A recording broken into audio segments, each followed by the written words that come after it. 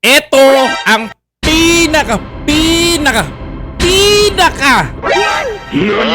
nakakatawa na nangyari sa pamilya ni Buday. O, eto.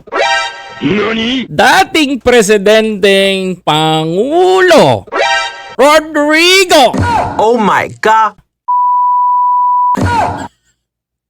tinanggihan ang kanyang request na dun na lamang sa Australia manirahan habang binibigyan ng pansamantalang paglaya.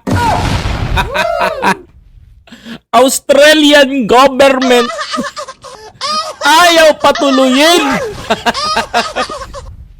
Mga kababayan, narito ang mga maiinit na balita, mga kababayan ko, ng TV5.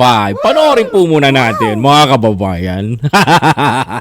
Tinanggi ni Vice President Sara Duterte na lumapit siya sa gobyerno ng Australia para sa interim release ng kanyang amang si dating Pangulong Duterte.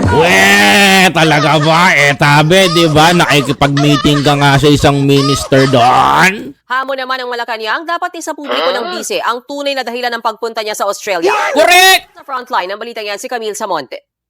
Si PRD lang ang first Asian na kinasuhan ng ICC. Tama ka dyan. The former president was the first Asian na kinasuhan ng ICC. Sino-sino ba mga kinakasuhan ng ICC? Balikan natin, mga kababayan ko. Mga presidente. Yes, tama kayo ng inyong naririnig. Ang nagkakaso, mga kababayan ko, mga presidente.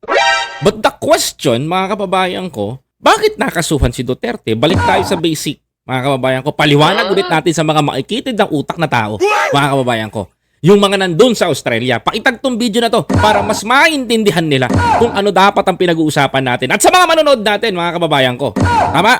Panoorin nyo natin. At sasabihin dito, mga kababayan ko. Ang sabi dito ni Buday, literally, mga kababayan ko, si PRRD was the first president na nakasuhan sa ICC.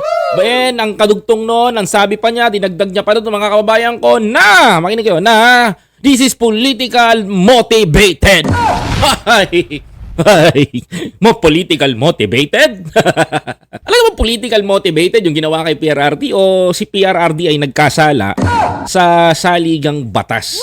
Hindi lang sa Pilipinas, but sa batas ng humanity, mga kababayan ko. Hindi naman makikialam ang ICC kung ang bansa natin, mga kababayan ko, ay umiiral ang justice system during that time.